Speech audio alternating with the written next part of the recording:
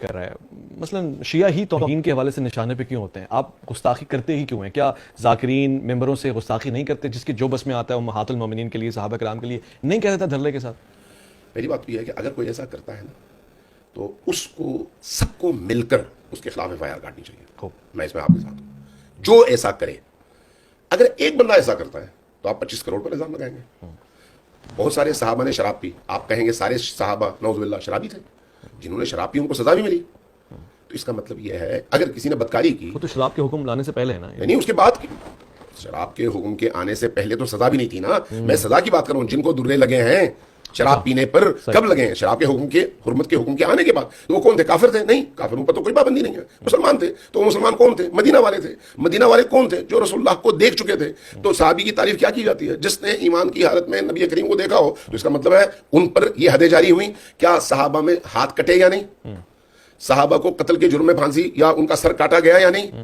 صحابہ کو اس بدکاری کے جرم میں درے لگے یا نہیں؟ اگر لگے تو قرآن کی آیات انہی کے لیے نازل ہوئی ہیں نا. اس کے بعد جا کر قانون تدوین پاتی ہے. اگر یہ چیزیں کوئی بندہ نکال کے کسی کو دکھا دے یا کسی تقریر میں بتا دے بھئی حدیث میں یہ لکھا ہوا ہے، قرآن میں یہ لکھا ہوا ہے، مورخ نے یہ لکھا ہے، محدث نے یہ بات لکھی ہے اور فلان کتاب میں لکھی ہے، تو اب اس قانون کی روشنی میں بجائے اس کے کہ آپ کہیں کہ بھئی یہ ایک علمی اختلاف ہے، آپ بولنے والے کو کٹہرے میں کھڑا کر دیں اور اس کے خلاف کم سے کم 10 اور زیادہ سے زیادہ عمر قید کی سزا کٹوائیں گے. اس کا تو جرم نہیں ہے. جا کے پھر امام بخاری کو قبر سے نکالیں اور ان کے خلاف فتوا دیں. لیکن امام بخاری پاکستان کے نہیں تھے نا، پاکستان کی سرحد پہ یہ قانون کا اس کا اطلاق ہوتا ہے. اچھا ٹھیک ہے، بالکل ٹھیک ہے. امام بخاری کی کتاب تو پاکستان میں چھپ رہی ہے نا. تو چھاپنے والے جو توہین پر مبنی کتاب ہوگی اس کو چھاپنے والا بھی توہین کا مرتکب ہے یا نہیں؟ تو پھر سارے پاکستان سے بخاریوں کو اٹھائیں اور جلائیں، مسلم کو اٹھائیں اور جلائیں.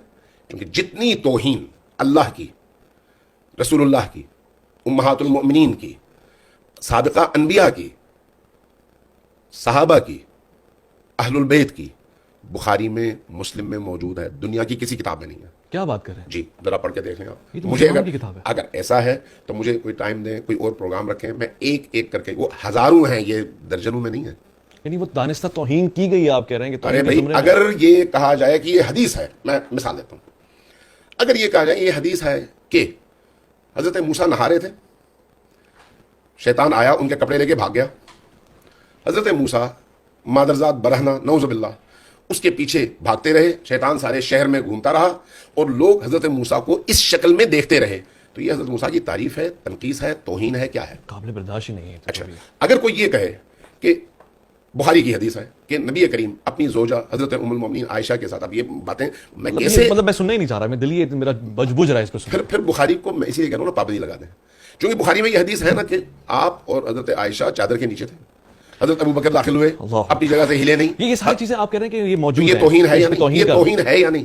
رسول اللہ کی بھی توہین ہے، حضرت ام المومنین عائشہ کی بھی توہین ہے کہ ان کے بند حجرے میں کبھی حضرت ابو بکر داخل ہوتے ہیں، کبھی حضرت عمر داخل ہوتے ہیں، کبھی حضرت عثمان داخل ہوتے ہیں، جبکہ وہ نامحرم ہے.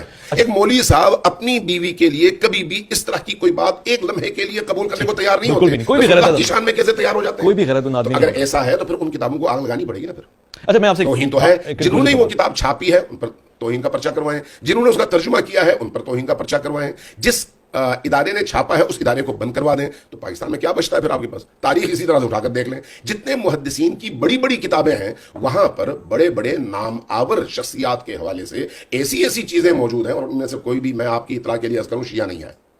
کوئی شیعہ نہیں ہے کہ کوئی کہے یہ شیعوں کی روایت ہے. نہیں بھائی، امام ابن ابی شیبہ شیعہ نہیں ہے، بخاری شیعہ نہیں ہے، طبری شیعہ نہیں ہے، کامل شیعہ نہیں ہے، ابن اسیر شیعہ نہیں ہے، البدایہ والنہایہ شیعہ نہیں ہے. یہ جو صحاح ہیں ان کا کوئی مصنف شیعہ نہیں ہے. اگر آپ کو اس طرح کی ساری چیزیں وہاں سے مل جائیں تو اب آپ اس کے بعد کیا کہیں گے؟ یہ توہین ہے یا نہیں ہے؟ اگر اس کو آپ توہین کہیں گے تو پھر کچھ نہیں بچتا.